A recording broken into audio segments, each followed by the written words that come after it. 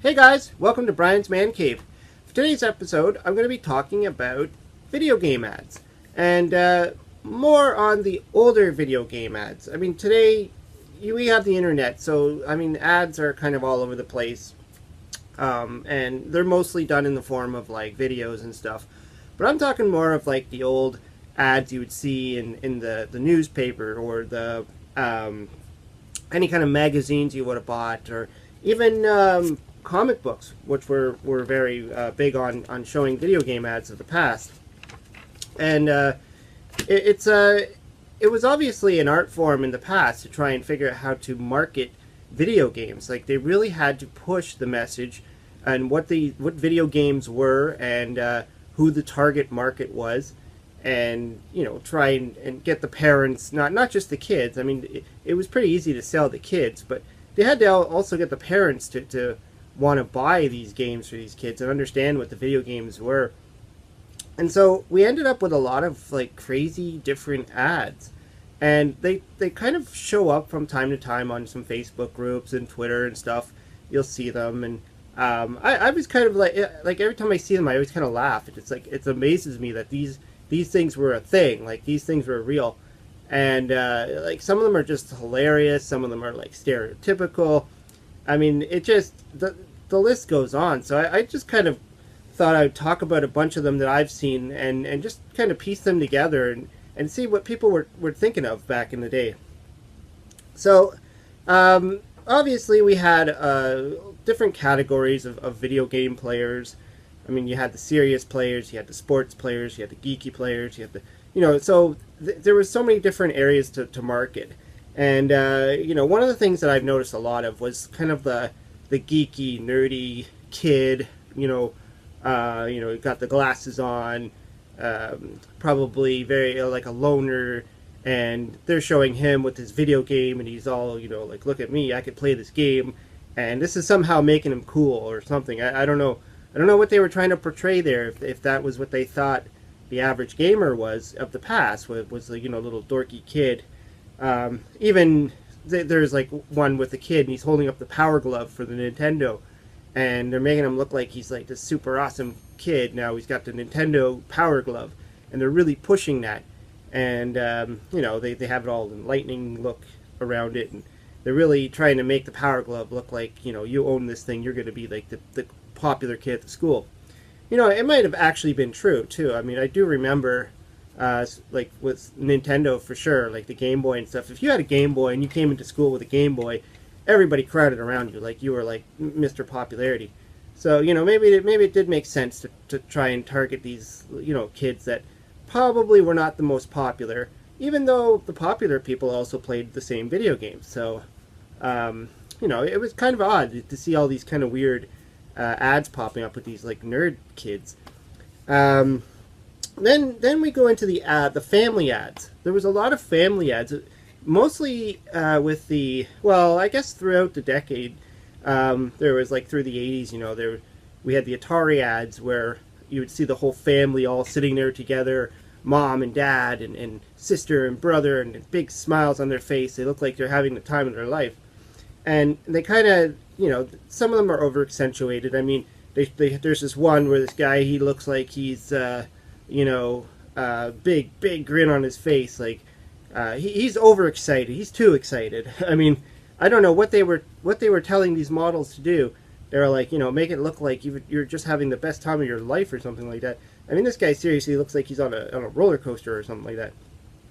And then you got, even in the Nintendo days, they were showing, the whole family was gathered around a TV. And it's kind of weird, because that's not what I remember. Because my parents didn't really gather around the TV. It was just me. I mean, like, they would buy me a video game system or whatever, or my brother, and it would just be us two or friends over. So it's kind of weird that they would have all these ads showing all the the family huddled around the television playing video games. Because again, it's like, did they really think that they were targeting the family, and that they were going to, by showing these ads, this is what the family man was going to buy and replace the old board game night or something? Yeah, it's kind of interesting. Then there was other ads where it was like graphically pleasing ads, you know, where they would show like you know, characters like Popeye or you know, Star Wars. They would show this like, you know, graphic of all this amazing stuff, but the games themselves would be these tiny little pictures in the ad. I mean, they would be so small, and the rest of it's all graphic. And so it's kind of like the old boxes and stuff, you know, where they knew the game wasn't graphically pleasing, but if they put graphics all over the box and make it look pretty, it's going to sell the game. And so they would do the same with the ads. So you'd see a lot of these ads. Like I got, for instance, one right here. This is the comic book that I got from the No Swear Gamer. And here's an example of, you know, Mission Impossible with all the graphics all over the place. And look how small the games are. I mean, they put the little tiny screens for the games. And the rest of it's all, you know, the big graphic box and some text. And so they really like had to sell it through the graphics. And I mean, this is a fairly, I mean, this was out, this is another one, you know, Total Recall. Arnold there, and you got the little, you know, most of the page there is Arnold. Then you got these little tiny things there, and that's your game. So this is what they were selling, you know, the whole Arnold thing. And you know, also talking about Arnold, I mean, there was also a lot of push using, oh, I guess trying to push using celebrities. So I mean, there was one ad where they had Bill Cosby. Obviously, he wouldn't be very favorable today, but I guess at the time there was an ad where he's sitting there with a computer, and they were, you know, they were using his celebrity profile, much like in here. They splashed Arnold on there. And, you know, then there's, like, Rambo, where they had, like, Sylvester Stallone on the cover, and it's mostly him. And, you know, the WrestleMania, they had the WWF, and it's all WWF, and you can see your favorite wrestlers in there. And, again, the game is, like, you know, tiny. They don't want you to see the game. They want you to just buy it without even knowing what you're going to be playing. And that was typically what they were after, you know, to try and sell you these things. And of course, with all advertising, there was also getting into the sex market. Not necessarily, you know, the nudity, but I mean actually showing like scantily clad girls or women on the front. And, you know, video games were no exception. I mean, they also tried to market. There's a few of them where they show, you know, this lady in a nightgown, and the man's just sitting there on his computer playing his games or whatever, and he would rather be there playing the games than with this woman. And there's also other ones, you know, where they just have like the ad for Contra. It's like, you know, this woman standing up against the arcade cabinet wearing something very provocative in a way, and obviously they're using sex to try and sell, and that's makes a lot of sense. I mean, this is a market that's probably dominated by mostly male, so why not throw in the you know, the hot women kind of thing. And, you know, but it's kind of like in contrast to the other side where they were trying to appeal to the geeky market, you know, the ones where these kids were probably a loner. And so it's kind of interesting that they're trying to hit both markets. And, you know, but on top of that as well, I ran across this one ad that was, I guess, for an Atari computer camp. Now, I don't know much about it. I don't know if it's real or fake, because there is a lot of fake ads, and I'm going to get to that in a second. But this one, it's like showing off why women would want to go to a computer camp. And it was, I guess by the end of the article, it's basically like, oh, they're just going to want to go because of the boys.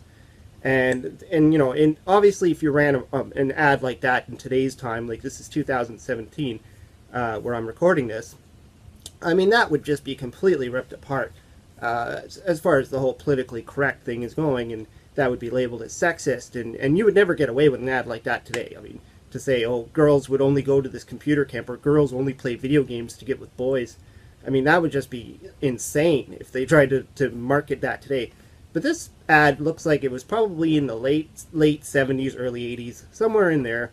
So I guess they figured it didn't really matter that they could do that, because this is a male-dominated industry. So kind of interesting that that type of thing exists. Getting onto the fake ad, the one that I was going to bring up was again trying to use celebrity, is there's an ad, and it shows up every once in a while on like the Atari Age Facebook group, or a few others I've seen it on, and it's a picture of Stevie Wonder holding an Atari joystick, and there's like a little bit of a write-up about him. Even though he's blind, he would choose Atari, or if he, whatever. And obviously you read it and you kind of laugh at that, going, is this real? Is this fake? Or whatever.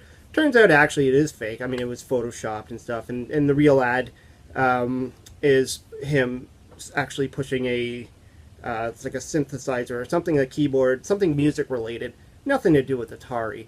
But it's just funny that this ad surfaced and shows up from time to time, and people look at it and they're like, is that real? And the reason why we say that is because you look at all these old ads and you can't believe that they actually made these things. So it wouldn't be too far-fetched to accept the fact that they would have made an ad with Stevie Wonder pushing the Atari, even though he can't see, which would be completely ridiculous to try and use a obvious blind person to push a video game. So it is funny, and the fact that kind of thing could really confuse people today when they see that and actually believe that it would be an ad. Because when I first saw it, I didn't know it was fake, and I read it, and I'm like, did they really put this out? Is this real? I mean, come on. And then when I saw that there was actually the real ad, it made a lot of sense. So finally, the other kind of ad I was just going to throw out there is the comparison ads. Now, these were very popular because what it did was it basically held their one system against another. And so if you go back to, say, the Atari Age, when Atari and Intellivision were out, and Intellivision was trying to prove that they were better. So they got they got George Plimpton, who was a sports writer, to compare the two sports games and had them side by side and said, look what's better. And that would be their ad. That would be what they were showing off, the two TVs.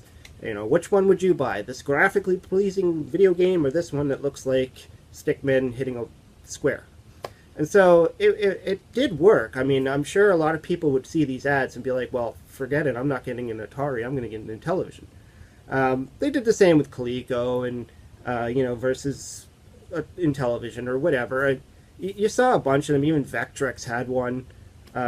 Again, I saw this ad. I don't know if it's legit. It looks legit to me. I mean, there's ads all over the place. And it's just, again, it's Vectrex saying that they're better than Atari and Intellivision. And, that's debatable. I know there's a lot of people that really like the Vectrex. So it's possible. And then there's the other one that became a really common catchphrase, I guess you're going to say, in the maybe late 80s, early 90s, was the Genesis. The Sega Genesis does what Nintendo don't. And people kind of still throw that phrase around, and that was pretty clever, and they had a bunch of ads showing that. I mean, Nintendo had a lot of ads on their own, and so did Atari, just boasting about themselves. But when it's something like this, the two big systems, and then one comes out with a really good catchphrase, it's really hard to get away from that. I mean, it's really hard. But I don't think it mattered anyways, because in the end, you end up picking out which systems you enjoy, and perhaps you like them both. I mean, I typically stuck to the Nintendo, but I also did get a Sega Genesis at one point, and I really enjoyed playing it. So, I mean, the ad does work, and it doesn't work. So, it's just fun, and it's just nice to go and look at all these ads that pop up from time to time. Today's a little bit different now. I mean, with the internet, things come and go so quickly. The games are coming out like crazy now, and it's just like, everything could be done in like little web ads and stuff, and they take a little bit more of a serious approach now. You don't see these crazy family photos and all the stuff that we saw in the past. I'm sure they still use some other techniques, using sex is always going to work, and I don't know if they really go for the nerdy kid anymore. I think they're trying to appeal to the cool guy now, because everybody plays video games, and probably more on to women too, because a lot of women play video games, and there was something really lacking in a lot of these ads, was that a lot of females do play video games. So I think they're probably going to start to reflect that. Anyways, yeah, that's just my couple of cents on the the old video game ads, and I just wanted to do a video because I always find them fascinating. I always like looking at them. So let me know what you think in the comments below. If there's any ads you've seen, let me know about them. And what is your thought on how they advertise video games? Did you like them? Did you hate them? Do you wish they would keep doing them the way they used to? I don't know. Anyways, hope you liked the video. Hope you subscribe to my channel. Talk to you later.